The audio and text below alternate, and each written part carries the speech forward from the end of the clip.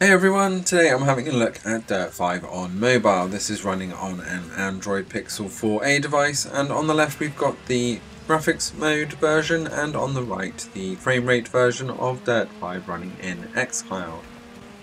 As it hit Xcloud today, we thought we'd have a look at each of these modes and see if we could tell a difference and just have a general feel of how the gameplay is. Let me know in the comments below if you can tell a difference between the graphics and frame rate modes here. As we look at graphics here full screen, we can see straight away that everything looks really cool.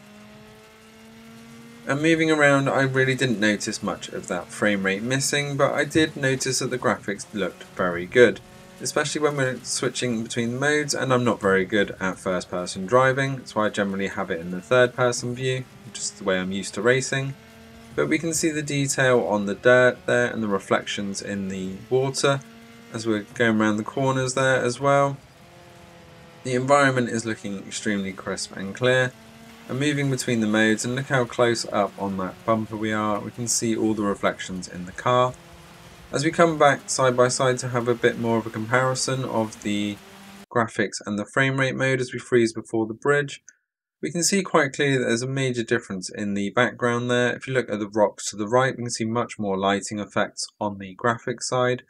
And when we look at the dirt in front, we don't notice it as much on the sign in the distance, but look at the puddles here and the quality on the dirt on the floor. Frame rate is definitely taking a huge hit on the quality here, and graphics looks as you would expect on a kind of PC version. And as we come over the jump, we really don't see a lot of difference in that performance mode.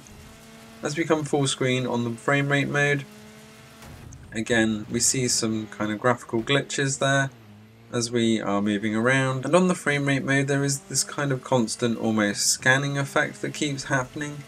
I'm not sure whether this is because it's trying to push a higher frame rate than Xcloud is allowing, but it really does kind of ruin the experience, and I didn't see this on the graphics mode, only on the frame rate mode.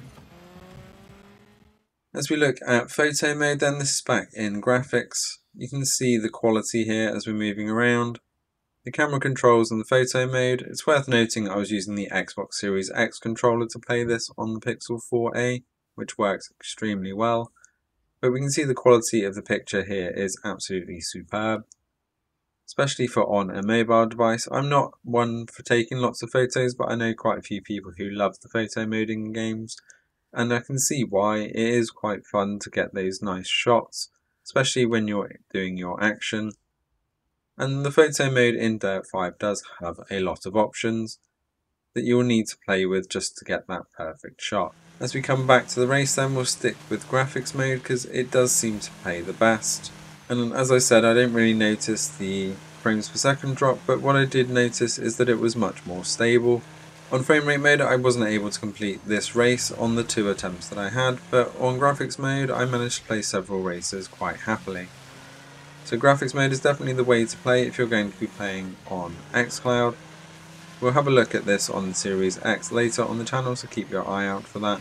I'll leave you with some gameplay of some of the different modes so you can get a feel for the different action types in Dirt 5 and how they behave on Xcloud. Thanks for watching, don't forget to hit subscribe to stay up to date with all things Xbox and Game Pass Ultimate, and we will see you next time.